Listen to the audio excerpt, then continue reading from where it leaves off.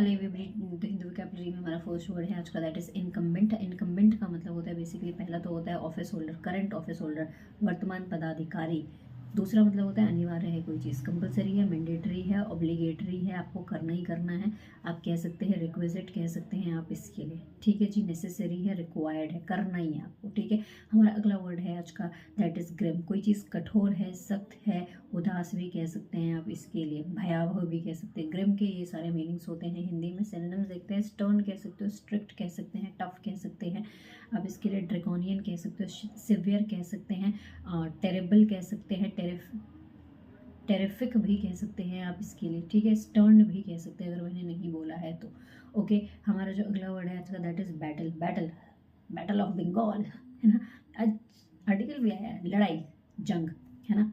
सो battle के लिए हम क्या कह सकते हैं, कॉन्टेस्ट कह सकते हैं आप इसके लिए, कॉम्पिटिशन, एक तरीके से जाउस्ट कह सकते हैं, लड़ाई हो रही है, प्रतिस्पर्धा।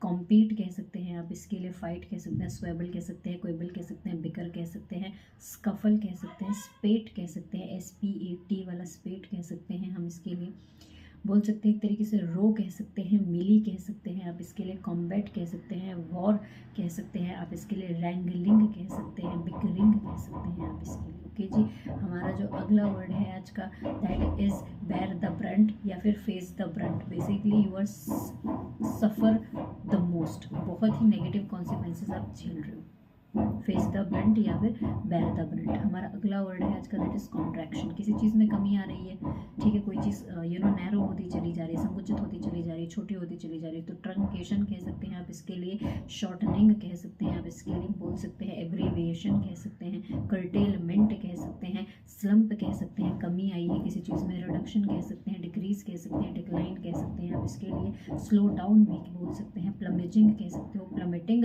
कह सकते हैं, नोज डाइविंग भी बोल सकते हैं, नैरोइंग भी कह सकते हैं, कोई चीज़ कम होती चली जा रही है एकदम से, ठीक है। ये सारे वर्ड्स बोल सकते हैं हम इसके लिए। ट्रिमिंग भी कह सकते हैं, छोटी हो गई है ना। हमारा जो अगला वर्ड है, स्टैंड ऑफ। स्टैंड ऑफ का मतलब होता है गतिरोध की स्थिति पैदा हो गई, ना आगे जा रहे हो ना पीछे जा रहे हो कोई चीज़, तो हम इसके लिए एम्पासे कह सकते हैं, डेडलॉक कह सकते हैं, ग्रिडलॉक कह सकते हैं, लॉक जैम कह सकते हैं, एम्पासे बोल सकते हैं, स्टैंड स्टिल भी बोल सकते हैं। हमारा अगला वर्ड है अनप्रेसिडेंटेड, ना देखा गया ना सुना गया, एकदम नया है कोई चीज़।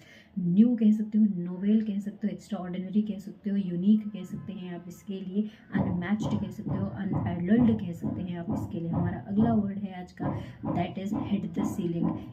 इसका हिट द रूफ भी होता है इसका मतलब, तो दोनों का ही मतलब क्या होता है, हिट द सीलिंग या hit the roof, you are getting very angry, तो आप इसके लिए एंग्री कह सकते हो, अनॉय कह सकते हो, पेट्यूलेंट कह सकते हो, शॉर्ट टेम्पर्ड कह सकते हो, बैड टेम्पर्ड कह सकते हो, इल टेम्पर्ड कह सकते हो, एग्जैस्परेट